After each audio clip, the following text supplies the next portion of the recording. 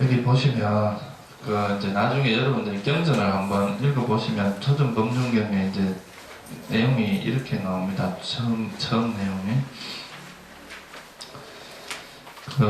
세종께서 비구를 불러서 말씀하셨는데, 비구들이여, 출가자가 갖가지 하지 않아야 할 두 가지 극단이 있다. 무엇이 둘인가? 이렇게 나오면서 처음에 그것은 저열하고 촌스럽고 범속하고 성스럽지 못하고 이익을 주지 못하는 감각적 욕망들에 대한 쾌락의 탐닉에 몰두하는 것, 이렇게 나옵니다.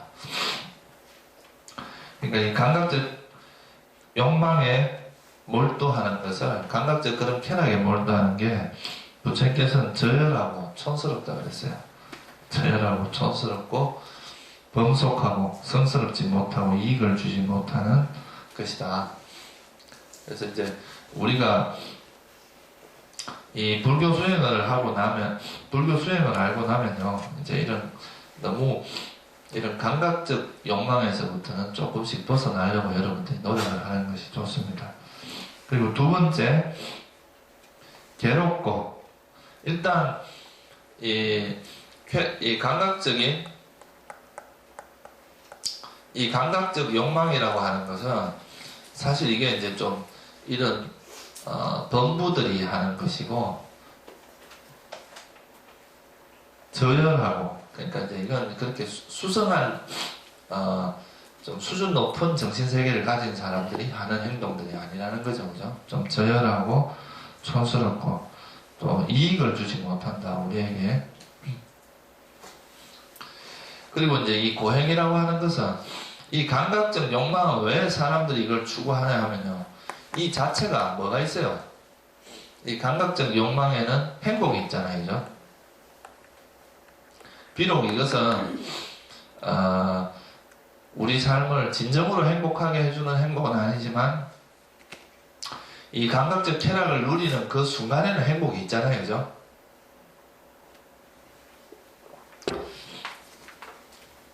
달콤하단 말이에요. 이거는, 감각적 욕망은 달콤함이 있어요. 그러니까 이제 여기에 자꾸 빠져들고, 이것이 이 감각적 욕망이 가져오게 될 과보라든가 그것이 나중에 우리 삶에 끼칠 해로움은 생각하지 않고 그냥 단지 현재 달콤하니까, 그죠? 이거를 계속 누리는 거란 말이에요. 그러니까 이거는 일반적으로 사람들이 여기 빠지는 것은, 이것이 순간적으로는 행복이기 때문에 이것이 우리 삶에 행복을 준다고 착각을 합니다. 제일 중요한 포인트가. 근데 실제로 보면은 이 감각적 쾌락이라고 하는 것은 시간이 지나보면 우리 삶에 고통을 주는 것이란 말이에요. 뭐 대표적인 게 이제 도박, 술, 도박, 마약 이런 거죠, 그죠? 이런 거는 그 하는 순간에 얼마나 짜릿짜릿해요. 여러분들도 이거 해봤죠? 이렇게 쫙 쪼을 때. 그때는 짜릿합니다, 사실. 이렇게 탁, 이렇게 뭐 자기가 원하는 패가 딱 뜨면 짜릿하지만, 그것으로 인해서 패가 망신한 사람이 이 세상에서 유일하게 이제 도박을 해서 백만장자가 된 사람이 한 명 있대요. 근데 그 사람이 원래 억만장자였답니다.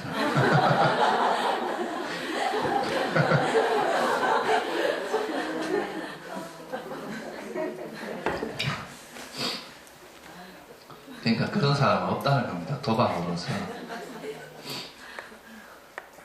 근데 이제 이 고행은 그래도 이런 이제 감각적 쾌락을 탐닉하는 사람들은 보통 일반적인 범부들이 이렇게 합니다. 근데 그나마 우리가 이제 나는 좀 다르게 살아봐야 되겠다 라고 생각을 할 때, 이제 이런 보통 이제 우리가 고행을 하게, 금욕 생활이죠, 일종의.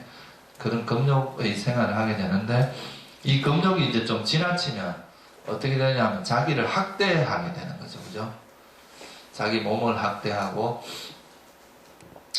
이게 이제 그런 극단적인, 아까 말씀드린 바늘 위에 누워있고 하고 이런 것도 있지만, 사실 이 고행이 실제로 이제 우리가 수행하는 중에서도 많이 나타나는데요.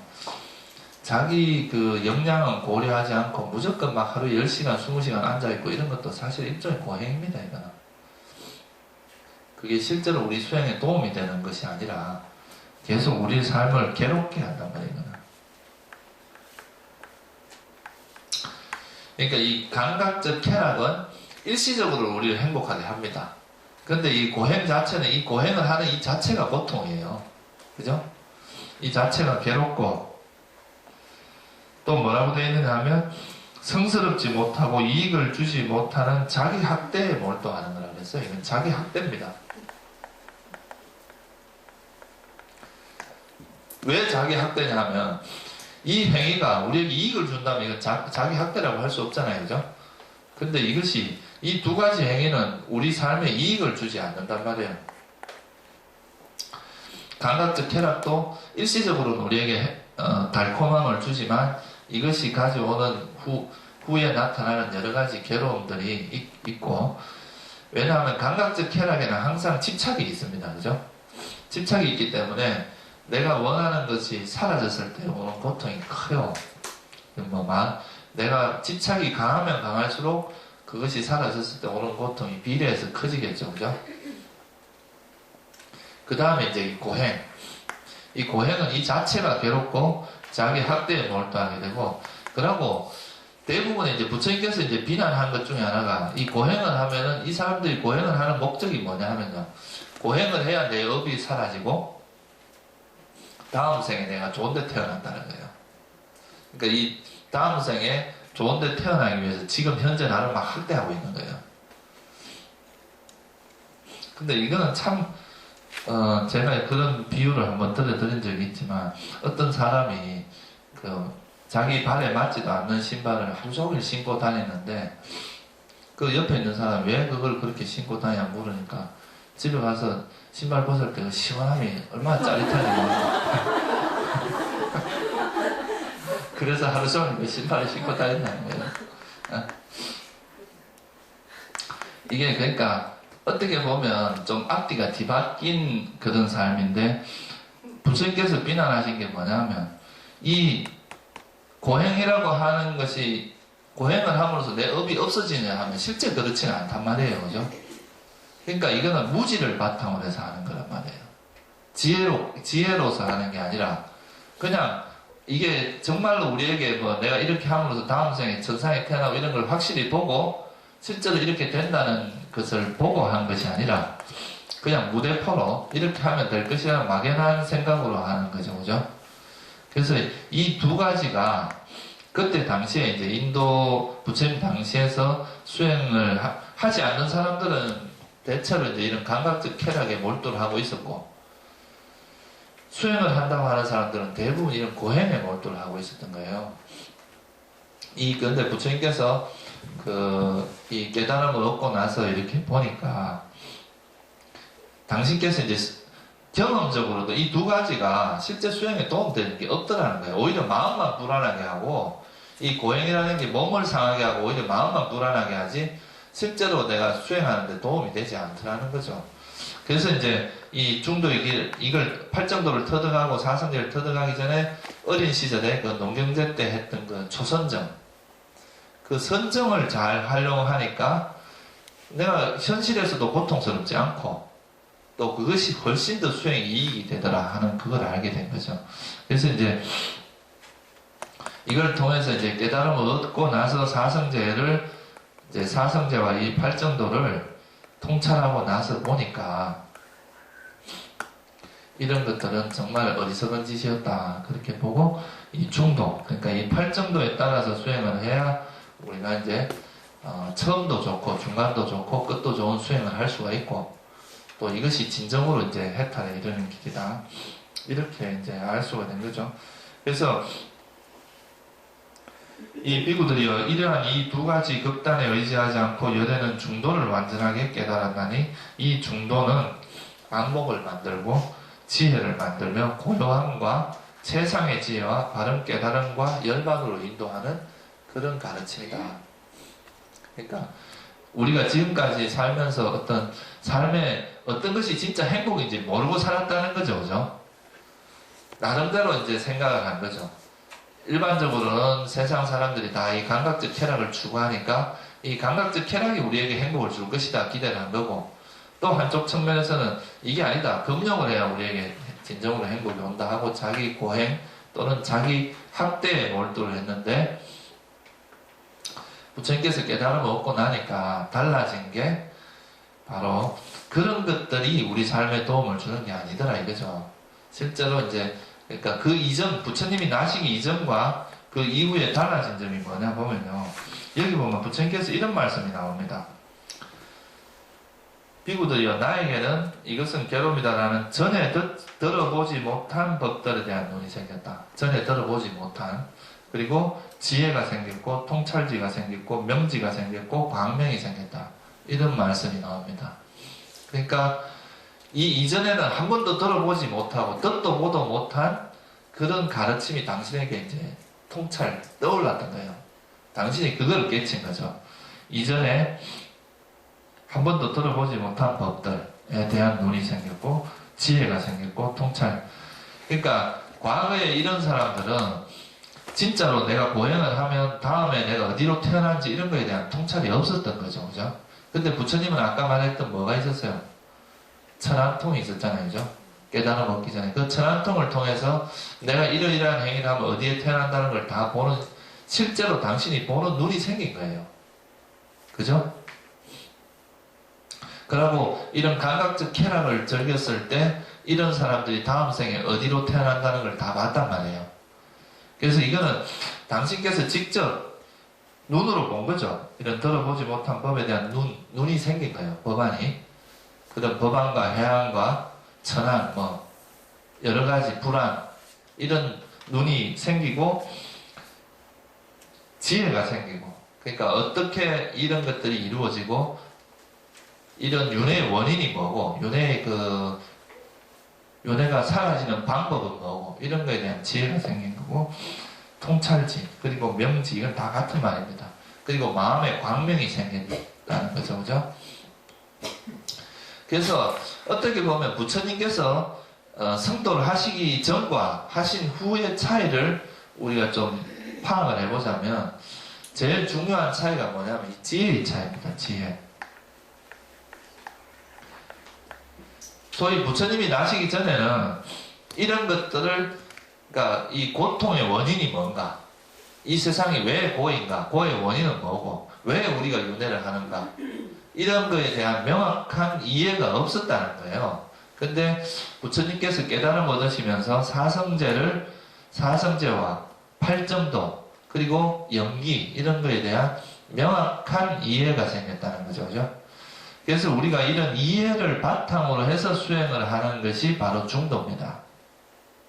이런 부처님의 가르침을 바탕으로 수행을 해야 되는 거지, 이런 가르침을 모르고 그냥 무대포로 수행하는 것은 이 감각적 욕망에 빠지거나 또는 고행을 수행이라고 생각하거나 하는 이런 두 가지 극단을 벗어나기가 어렵다는 거죠. 여러분들이 그냥 홀로 수행을 해갖고는 이 두 가지 극단을 벗어나기가 힘들다는 거죠. 그래서 어떻게 보면 이 팔정도의 가장 그 바탕이 되는 것은 뭐냐 하면 지혜입니다. 이 팔정도라는 것이 우리가 기본적인 이해가 없는 상태에서 수행을 한다는 것은 여러분들이 그냥 무대포로 수행하는 거랑 똑같습니다. 운전법도 모르고 수행하는 거랑 똑같고, 그냥 뭐 아무것도 모르는, 그 운전을 할 줄도 모르는 상태에서 운전을 하면 그 사고 뭉치 아니겠어요? 이쪽에 가서 받고 저쪽에 가서 맨날 그러니까 사고 치려다 볼일 다 본단 말이에요. 그래서 이 수행에 있어서 제일 중요한 것 중에 하나가 바른 견해를 또는 바른 바른 이해를 바탕으로 해서 수행을 해야 된다는 거죠. 이것은 부처님이 나시기 이전에는 없었던 일입니다. 부처님 스스로도 그랬잖아요. 나에게는 이것이 괴로움의 진리다, 또는 이것이 괴로움의 원인의 진리다 라고 하는 이런 진리가 이전에는 듣도 보도 못한 법이 나에게 생겼다는 거예요. 당신에게. 그러니까 그 깨달음을 통해서 부처님이 깨달은 내용, 이거를 우리가 이해를 하고 그 이해를 바탕으로 해서 수행을 하면은 이렇게 쓸데없는 노력을 하지 않고 바른 길을 갈 수가 있다는 거죠. 그죠? 그 바른 길이 뭐냐? 바로 팔정도라는 겁니다. 팔정도고 바로 사성제 팔정도라는 거죠.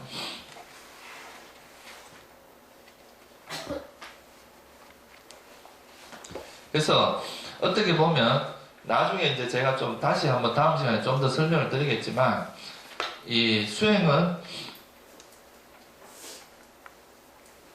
이게 이제 8정도입니다. 그러니까 당신께서 이제 깨달은 이 8정도는 이제 어떻게 하면 우리가 살아가는 세상에는 생로병사의 고통이 있고, 그죠? 태어난 사람이면 무조건 겪어야 될 고통들이 있습니다. 이거는 여러분들이 한국에 사나 미국에 사나 또는 우주의 외계인이든 간에 태어난 존재는 누구나 겪어야 될 문제입니다. 적어도 이 세상에 태어났다 그러면 이런 태어난 생로병사의 문제를 원인이 뭔가, 이것을 해결하는 그 방법을 찾아냈다. 여러분들은 너무 이걸 많이 이제 듣다 보니까 야 이건 뭐 맨날 똑같은 소리다 이렇게 생각할 수도 있는데, 이건 정말 이거는 어떻게 보면 굉장히 어려운 일입니다. 우리가 인간이 가장 근원적인 문제를 해결한다는 것이 쉽지가 않거든요. 이 길을 그리고 찾아낸다는 것, 생사에서 벗어날 수 있는 길을 찾아낸다는 것은 쉬운 일이 아닙니다. 근데 이런 거에 가장 바탕이 되는 것이 뭐냐 하면 이 바른 견해라고 하는, 이건 이제 그걸로 말하면 지혜거든요. 이 바른 견해는 뭐를 바른 견해라고 했느냐 하면 부처님께서는 사성제에 대한 올바른 이해가 바른 견해라고 그랬어요.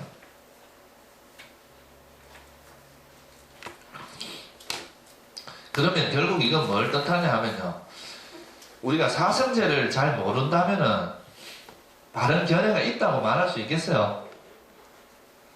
그건 없다는 거죠, 그죠? 거꾸로 이야기하면 사성제에 대한 올바른 이해가 바른 견해 또는 바른 지혜란 말이에요, 그죠? 바른 이해.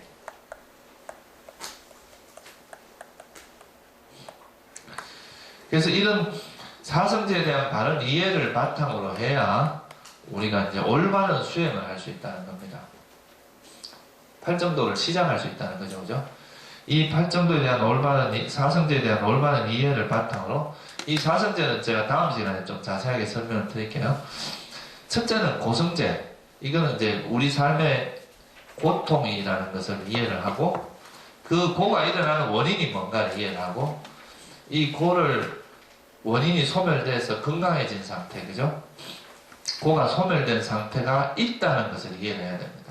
내가 수행해봐야 뭐 그런 상태가 없다고 하면 수행할 필요가 없잖아요, 그죠?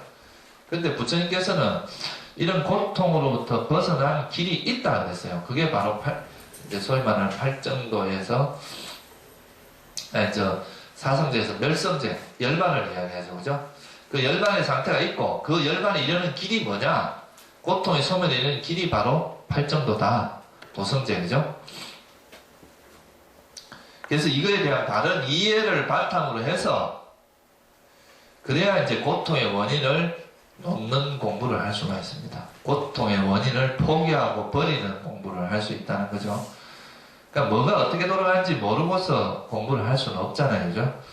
그래서 이 8정도는 어떻게 보면 바른 이해를 바탕으로 해서, 그러니까 이해, 올바른 지혜를 바탕으로 해서 이 고통의 원인을 포기하는 길입니다.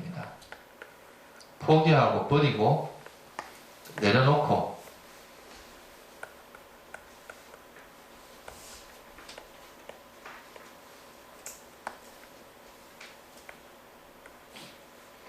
무엇이 고고 무엇이 고의 원인인지를 이해한 다음에 그 고의 원인을 포기하고 버리고 내려놓고 놓아버리고 빛바라게 하고, 그게 바로 이제 이 8정도 수행을 이야기합니다. 그래서 이 8정도는 어떻게 보면 한마디로 이제 저는 이거를 이해하고 놓는 공부다, 그렇게 이야기를 합니다. 일단 이해를 해야 돼요. 부처님 가르침이 있기 전과 있기 후의 차이는 바로 사성제에 대한 올바른 이해거든요. 그래서 그 이해가, 법이 어떻게 돌아가고 우리가 이제 어떤 공부를 해야 되는지 이해가 없는 상태에서 이런 수행을 한다는 것은 상당히 위험 요소가 많아요. 자기 멋대로 할 소지가 많습니다. 그래서 일단 우리가 그 법에 대한 올바른 이해를 바탕으로 해서 그걸 통해서 그 고의 원인을 버리는 것이 이제 이 수행이다. 그래서 어떻게 보면 불교 수행은 이해하고 내려놓는 공부다. 그렇게 볼 수가 있습니다. 그래서 첫 번째 이제 바른 견해라고 하는 것은 사성제에 대한 올바른 이해를 이야기합니다. 그러면 사성제에 대해서 올바른 이해를 하게 되면 이 세상이 이 세상이라고 하는 것은 고고, 그것의 원인은 가래다.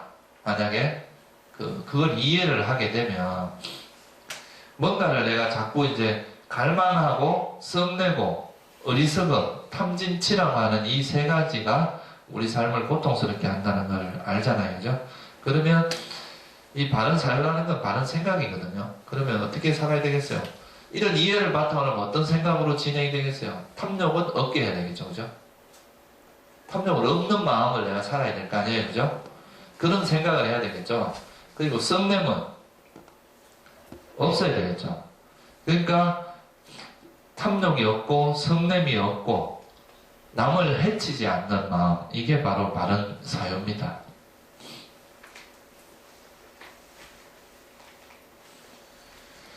바른 사유라고 하는 경전에 이제 제시되어 있는 것은 정견은 사성제에 대한 올바른 이해라고 나와 있고, 이 정사유는 그러니까 탐욕 없음, 성냄 없음, 그리고 남을 해치지 않음, 이 세 가지로 설명이 되어 있습니다.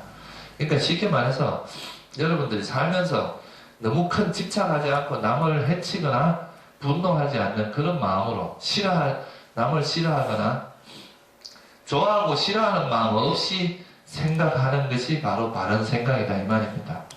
그러니까 이거는 그 사성제의 그런 안경을 쓰고 사성제의 패러다임으로 세상을 바라보는 걸 바른 견해다, 아니, 바른 사유다, 바른 생각이다, 이렇게 말할 수가 있겠죠. 그죠?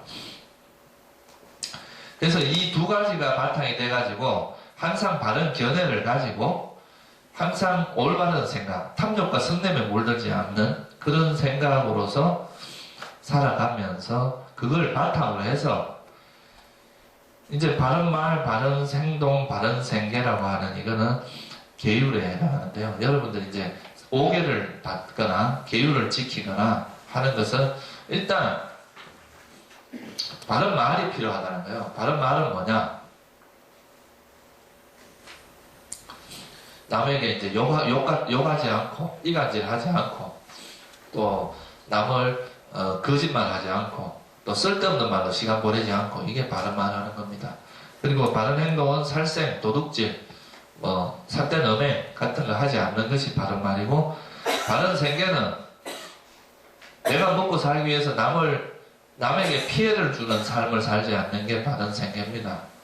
여러분들이 뭐 직업을 갖더라도 남에게 피해를 주고 내가 먹고 사는 직업은 가급적 안 갖는 게 좋겠죠. 그죠? 뭐 사기를 쳐서 내가 먹고 산다거나 또 뭐 마약, 또 남을 취하게 한 독약이라든가 술도 별로 좋은 건 아닙니다. 그리고 뭐 무기, 인신매매, 이런 것들은 이제 우리가 피해야 될, 그리고 인신매매도 있지만 동물, 그죠? 중국에 가면은 곰이나 이런 데 빨대 꼽아 놓는다 그러잖아요. 그런 짓을 하면 안 된다는 거예요. 살아있는, 자기가 잘 먹고 잘 살기 위해서 다른 중생들의 그 고통을 주고 다른 중생들의 삶에 피폐하게 만드는 그런 짓을 하고 자기가 먹고 살아서는 결코 잘 될 수가 없다는 거죠. 그래서 이제 이 세 가지가 바탕으로 해서 결국은 아까 말했듯이 이제 그 고통의 원인을 소멸하는 것이 수행인데, 그러려면 우리가 그냥 예를 들어서 내려놓는다, 우리가 놓는다, 포기한다라고 이야기했을 때 대부분의 그 불교를 좀 잘못 이해를 하면요, 내려놓는다는 것을 아무것도 안 하는 걸로 이해하는 사람이 많습니다. 그래서 뭐 아무것도 하기 싫고 그냥 가만히 있는 것이 수행이라고 생각할 수도 있는데, 우리가 실제로 이제 그 번뇌를 내려놓는다는 것은, 우리가 번뇌가 어떨 때 일어납니까? 마음이 느슨해졌을 때 보통 번뇌가 일어나잖아요. 그죠? 늘어진단 말이에요. 마음이 그 틈이 생겼을 때 번뇌가 일어납니다. 그래서 이 번뇌가 일어나지 않게 하기 위해서는 마음에 뭐가 필요하겠어요? 빈틈없이 열심히 정신을 차리고 있어야 되겠죠. 그죠? 그러니까 그렇게 하기 위해서는 뭐가 필요하냐면 노력이 필요하겠죠. 그죠? 가만히 있는다고 아무것도 안 하는 것은요, 해태혼침이지, 그게 수행을 하는 건 아닙니다. 우리가 수행을 한다고 해서 항상 깨어있는 정신을 유지하는 거란 말이에요. 그죠? 알아차림을 항상 하는 거예요. 정신을 바짝 차리고 있어야 우리 문 안에 들어오는 것이 이게 나쁜 번뇌가 안 들어오도록 막 문 단속을 잘해야 된단 말이죠. 그 단속을 하려면 알아차림이 필요합니다. 그래서 그렇게 항상 정신을 차리려고 노력하는 그게 바른 노력이죠. 그죠? 다시 말하면 선법은 일어나게 하고 불선법이 일어나지 않도록 애를 써야 된단 말이에요. 그게 이제 불선법이 일어나지 않도록 하는 좋은 방법은 선법을 일으키는 겁니다. 그죠?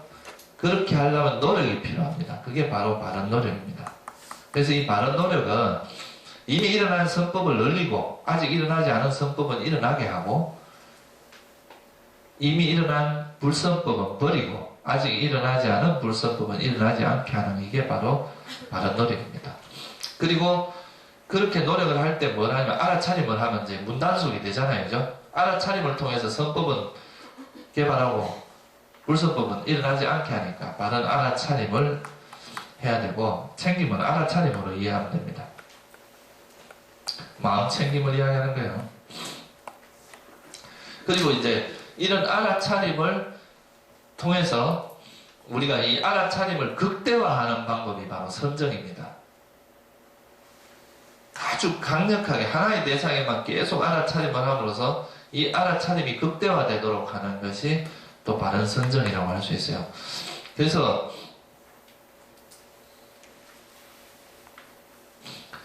여기서 이제 제가 여러분들에게 설명을 드리려고 하는 것은 이 팔정도라는 것을 설명을 할 때는 8가지 이렇게 분리해서 설명을 하잖아요. 그죠? 근데 이 8가지가 분리된 것이 아니라는 것을 이해해야 됩니다. 이것을 따로 분리시켜서 생각을 하면 수행이 약간 엉뚱한 방향으로 갈 수도 있어요. 이게 지금 이제 이 2가지가 우리가 이거를 이제 3가지를 정이라고 이야기를 하는데 이거는 개.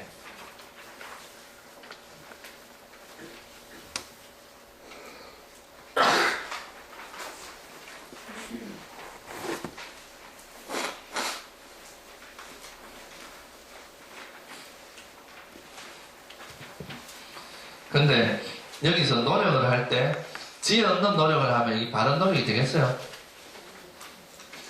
안 되겠죠, 그죠? 이 바른 노력 자체가 뭐냐 하면 선법을 일으키고 불선법을 일으키지 않는 것이 바른 노력입니다. 그러면 선법과 불선법을 구분하는 지혜가 없이 이게 가능하겠어요? 불가능이죠, 그죠? 그리고 바른 알아차림도 이것도 지혜롭게 해야 됩니다. 그냥 아무 생각 없이 알아차림을 해서는 올바른 그게 될 수가 없잖아요, 그죠? 그리고 선정을 닦을 때도 그냥 무조건 집중만 하는 것은 외도의 수행입니다. 외도에서 선정을 닦을 때는 그냥 바깥 경계를 차단하고 바깥 경계에 대한 이해도 없이 그냥 무조건 집중만 하는 거죠. 일반적으로 우리가 예를 들어서 제일 쉬운 예를 하나 들어볼게요. 우리가 세속에서 공부하는 것도 상당한 집중력이 필요하거든요. 근데 세속에서 약간 형태는 다르지만 열심히 집중하고 나서도 이제 다 하고 나면 뭐 합니까? 피곤한데 어디 가서 술이나 한잔 해야 되겠다. 영화나 보러 가야 되겠다. 이렇게 마음이 이렇게 돌아가잖아요. 그죠? 이거는 그 집중된 상태에서는 그런 번뇌가 없어요.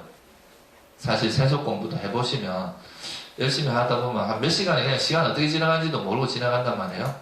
근데 그동안에는 아주 깨어있는 정신 상태가 되는데 나오면 또 엉뚱한 짓을 한단 말이에요. 이거는 이 집중에는 지혜가 바탕이 되어 있지 않기 때문에 그렇습니다. 번뇌를 놓는 공부를 하는 게 아니라 그냥 단순한 집중이에요. 이거는 무슨 말씀인지 아시겠죠? 그래서 옛날에 또 이런 이야기도 있어요. 어떤 사람이 이제 선정에 집중을 잘 한다 그러니까 어떤 왕이 불러가지고 그 왕에게 너 뭐 예를 들어서 3개월 동안 선정에 들어있으면 내가 큰 상을 주겠다. 그러니까 그거 문제 없습니다. 나를 도관에다 묻으십시오.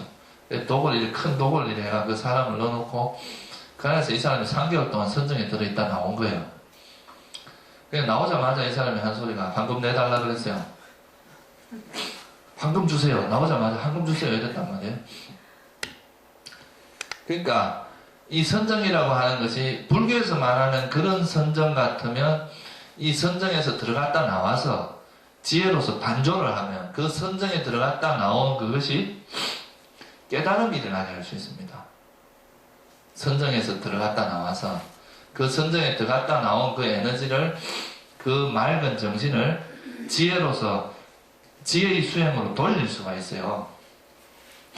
그러면 이 삼매를 통해서 깨달음이 일어나는데 최적의 조건이 되거든요. 근데 이런 지혜가 없이 만약에 그냥 단순한 집중으로만 수행을 한다 그러면 이건 사실은 그것이 오히려 우리 수행을 방해할 수도 있습니다. 지혜가 생기는 것을. 그래서 지금 여기서 말했듯이 이 바른 지혜라고 하는 것은 어떻게 보면 바른 견해는 지혜를 뜻하고 이거는 바른 선정은 이제 사마디를 뜻하는데 이 지혜를 닦는 수행이 윗바사나잖아요. 그죠? 그렇죠? 이 사마디를 닦는 수행을 뭐라 합니까? 이 사마타 수행이라 그럽니다.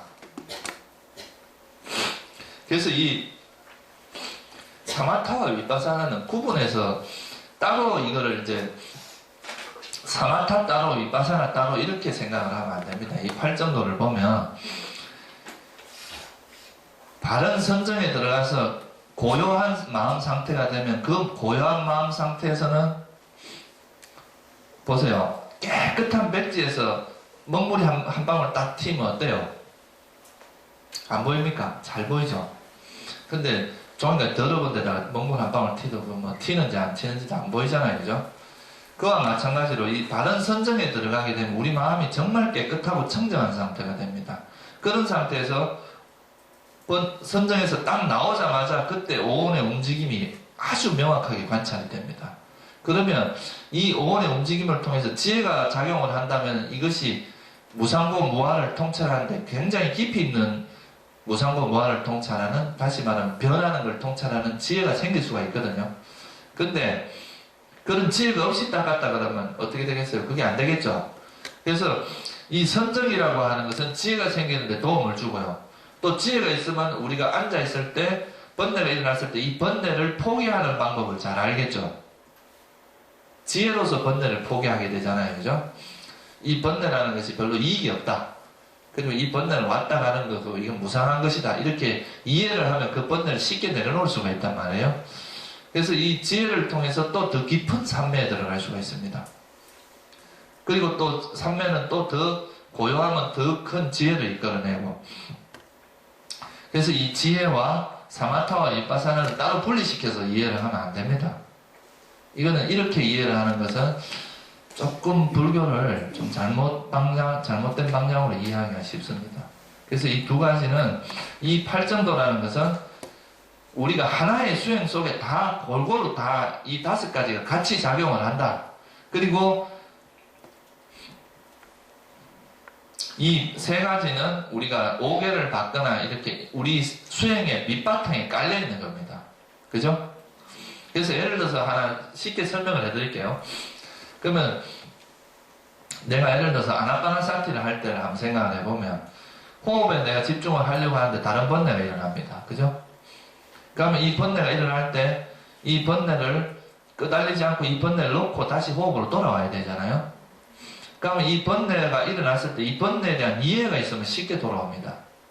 그죠? 이 번뇌라는 것은 그냥 조건에 의해서 일어난 거예요. 일어난 번뇌는 가만히 내버려둬도 사라지게 되어 있습니다. 일단 일어난 법은 사라지는 것이 정해진 법이거든요. 그죠? 그러면 내가 신경 안 써도 이 법은 사라지게 되어 있는데 이거를 내가 막 버리려고 노력을 하면 할수록 오히려 어떻게 돼요? 이 번뇌는 더 커집니다. 그러니까 그렇게 할 필요 없이 그냥 일어난 번뇌를 내버려 두면 돼. 그거는 뭐냐면 이 번뇌가 무상하다는 걸 이해를 하게 되면 쉽게 놓을 수가 있어요. 그죠? 그러면 이때 뭐가 작용해요? 이것이 무상하다고 이해하면 뭐가 돼요? 지혜가 작용을 하잖아요. 그럼 놓고 돌아옵니다. 이렇게 우리에게 일어나는 번뇌를 자꾸 놓는 훈련을 하는 거예요. 선정도 일종의. 단순히 우리가 번뇌 다른 경계를 차단하기만 하면은 우리가 세상에 대한 이해가 안 된단 말이에요. 그죠? 근데 이거를 이해를 통해서 놓게 되면 이것이 이제 선정에 들게 도움이 됩니다. 그죠? 그래서 이 지혜가 작용을 해요. 그리고 이때 탐욕이나 성냄이 일어나지 않도록 애를 쓰는 거, 탐욕과 성냄이 없도록 하는 그런 게 우리가 이 대상을 보는 것이 뭐예요? 올바른 사유잖아요. 그죠? 그러니까 이 호흡만 우리가 이제 생각이 일어나도록 하면 탐욕이나 성냄이 일어나지 않죠. 그거는 바른 사유에 해당합니다. 그리고 이 다른 생각이 일어나지 않고 호흡만 일어나도록 애를 쓰잖아요. 그죠? 노력을 하잖아요. 그게 바른 노력입니다. 그죠? 그리고 이게 호흡만 알아차리려고 하잖아요. 그죠? 그 알아차림은 바른 알아차림이 들어가요. 그리고 그 호흡에 집중하는 건 뭐예요? 바른 삼매입니다. 그래서 이 5가지가 따로 노는 게 아니라 하나의 수행 속에 동시에 움직이는 거란 말이에요. 근데 우리가 설명을 하려면 동시에 설명을 못 하잖아요. 설명할 때는 따로따로 분리해서 설명할 수밖에 없지만 실제로 이것이 이루어지는 것은 동시에 이루어지는 겁니다. 근데 우리가 왜 그러면 사마타 수행, 위파사나 수행 이야기를 하느냐? 이거 사마디라고 하는 여기에 초점을 맞춰주면, 예를 들면 우리가 호흡이라고 하는 하나의 대상에만 계속 집중, 이제 그 알아차림을 하게 되면 대상이 하나로 고정이 되면 이거는 지혜도 작용을 하지만 주로 뭐가 작용을 해요? 사마디가 작용을 하죠. 그죠? 이런 수행은 우리가 특별히 그냥 사마타 수행이라고 이야기를 하는 겁니다. 근데 만약에 우리가 일어나는 대로 관찰을 해요. 그냥 뭐 내가 이 소리가 나면 소리를 듣고 뭐 마음에 여기서 감촉이 일어나면 감촉을 알고 그냥 내 삶에서 일어나는 그대로 관찰하면 이거는 그 하나의 대상을 관찰할 때도 뭐가 있어요? 순간순간 찰나삼매가 있습니다. 그죠? 그 순간에는 그 대상에 집중을 해야 되잖아요. 그렇지만 이건 대상이 변하면서 대상에 대한 여러 대상을 경험하면서 그 대상의 변화나 성질 이런 걸 이해하기가 쉽잖아요. 이럴 때는 그럼 뭐에 초점이 더 맞춰져 있겠어요? 지혜에 좀 더 초점이 맞춰져 있잖아요. 그러니까 그런 수행은 위파사나 수행이라고 이야기하는 겁니다. 근데 이 2가지의 사마타 위파사나가 따로 있는 건 아니죠. 그죠? 무슨 말씀인지 이해가시죠? 그 부분을 잘 이해를 해야 됩니다. 근데 이거를 어떤 경우는 막 사마타 따로, 위파사나 따로 해가지고 사마타 수행을 하면은 뭐 이거는 위파사나 수행하는데 오히려 방해가 된다고 이야기하거나 위파사나 수행을 하기 전에 사마타부터 하고 위파사나를 해야 된다거나 이런 것들은 나중에 사람들이 이제 올바른 수행이 아니라 중도에 입각한 수행이 아니라 중도는 8정도를 실천하는 게 중도입니다. 그래서 한쪽으로 좀 편중된 수행을 하게 되면 부작용이 발생할 수 있어요. 그래서 이 8정도는 항상 같이 움직인다는 것을 여러분들이 좀 제대로 이해를 할 필요가 있습니다. 그래서 우리가 어느 수행을 하든 간에 모든 수행은 다 논논 공부다는 걸 이해를 해야 됩니다. 이해하고 논논 공부다. 선정을 닦거나 지혜를 닦거나 어떤 번뇌가 일어나지 않도록 하는 것이 중요하다는 거죠. 여러분들 앉아서 자선을 할 때도 호흡을 닦다가 다른 번뇌가 일어나면 그 번뇌를 즉시 포기하고 어떤 번뇌도 일어나지 않고 하나의 대상만 알아차림을 하는 거고 일상생활 속에서는 현재 일어나는 것을 알아차리고 다른 번뇌가 일어나지 않도록 하는 거잖아요. 그죠? 그래서 결국은 우리가 어떤 수행을 하든 간에 여러분 마음에 있는 탐욕이나 성냄이 적어지는 게 중요합니다. 오히려 수행을 했는데 탐욕과 성냄이 많아진다 그러면 그거는 수행을 거꾸로 한 겁니다. 실제로 이제 수행을 좀 했다는 사람들이 자기 수행에 대한 집착이 생겨가지고 나는 이제 좀 공부 좀 했다고 이렇게 목에 힘주는 사람들이 많이 생기는데 그런 것은 자기가 수행을 잘못하고 있다는 걸 보여주는 겁니다. 제대로 했다면 내가 공부했다는 상이 없어서야 돼요. 그 상이라는 게 집착이잖아요. 그죠?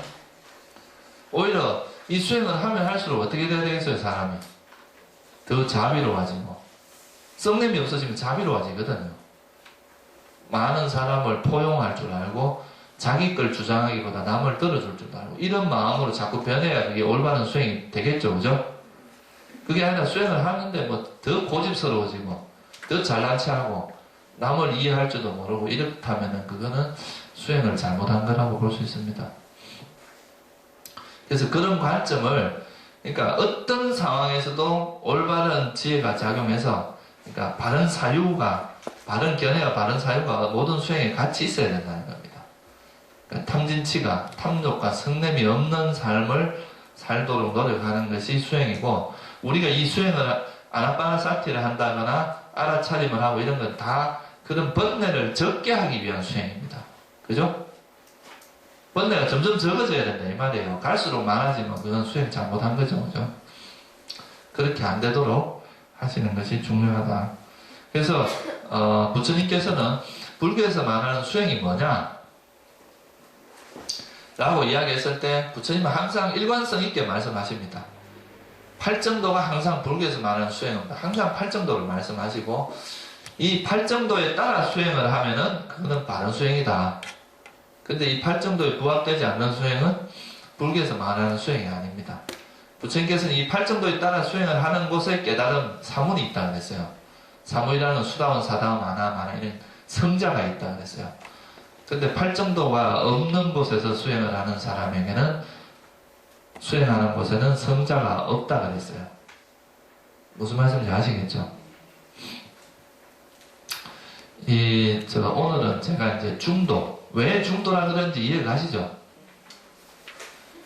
이 중도라는 의미는 뭐 중간이라는 뜻이 아니고요.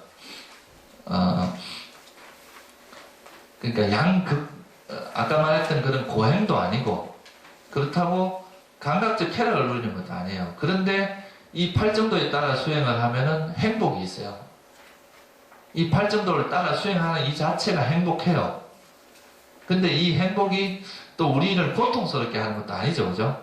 그렇다고 해서 감각적 쾌락처럼 이 수행은 계속 번뇌를 버리는 수행이기 때문에 나에게 오는 행복에 집착을 하지는 않습니다.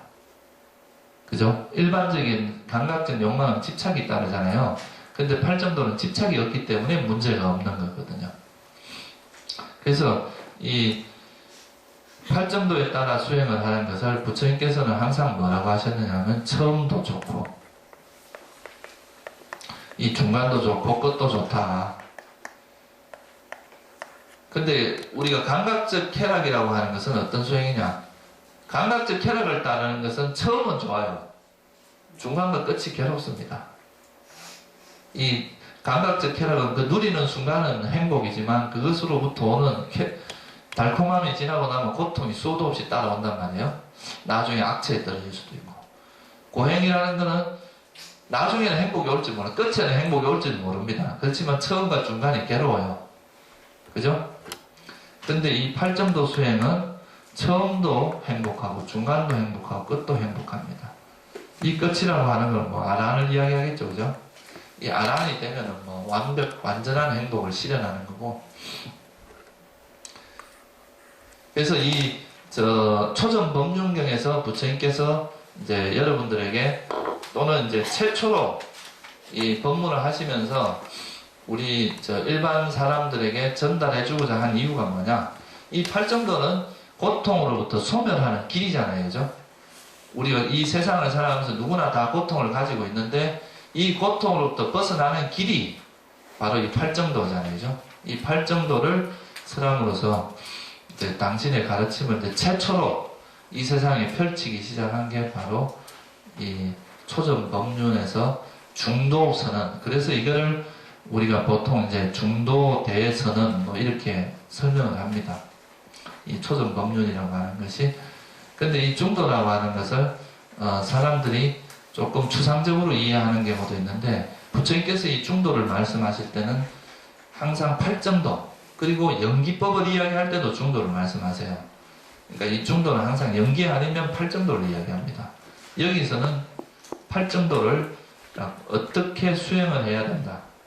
그 부처님 당시에 수행하던 여러 그 사람들의 그 문제점을 파악을 해서 가장 이제 합리적이고 적합한 수행으로 말씀을 하신 것이 바로 이 팔정도, 중도라고 하는 거라고 할 수 있습니다. 그럼 어떤 수행을 해야 되겠다 하는 기본적인 감은 좀 잡히시죠, 그죠? 그러니까 여러분들이 너무 감각적 쾌락에 몰두하지 마시고, 예? 감각적 쾌락은 아까 뭐라 그랬어요? 저열하다고 그랬죠, 그죠? 이거는 사실 여러분 삶에 장기적으로 보면 여러분 삶에 큰 이익을 주는 건 아닙니다. 그러니까 이런 이제 우리가 사실 부처님이라는 분이 이렇게 이 세상에 나셨기 때문에 이런 귀한 가르침을 들을 수 있었잖아요, 그죠? 들을 수 있는 거잖아요. 여러분들 이런 법을 만났을 때 이런 수행을 좀 많이 하시기 바랍니다.